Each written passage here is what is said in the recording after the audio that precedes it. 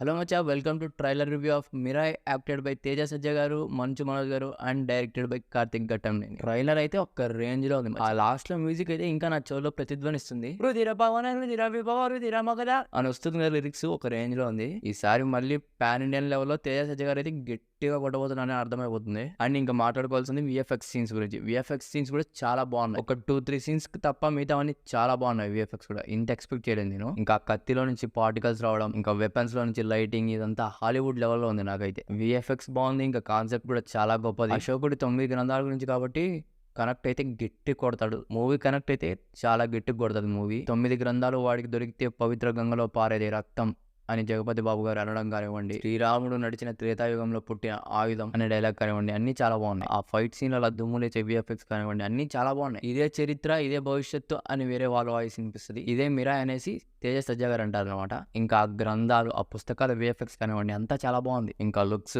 మంచు మనోజ్ గారివి, హీరో తేజ సజ్జా గారివి అద్దరిపోయాయి. అందరివి, జగపతి బాబు కానివ్వండి, హీరోయిన్ కానివ్వండి, చాలా బాగున్నాయి లుక్స్ అందరివి. ఈ కార్యాన్ని చేయడానికి నీ శక్తితో పాటు నీకు సాయం అవసరం అని శ్రీయాశ్రం గారు అన్నప్పుడు శ్రీరాముడు వస్తారు. శ్రీరాముడైనా లేకపోతే ఇంకా హనుమంతుడు కూడా వస్తారా అనేది సినిమాలో చూడాలి. ఎందుకంటే శ్రీరాముడికి సాయం చేసింది హనుమంతుడు కదా, హనుమంతుడు వచ్చి ఈయనకు సాయం చేస్తాడా అనేది మనం సినిమాలో చూడాలి. ఇంకా శ్రీరాముడిది ఏఐ జనరేటర్ అని గుర్తుపట్టొచ్చు.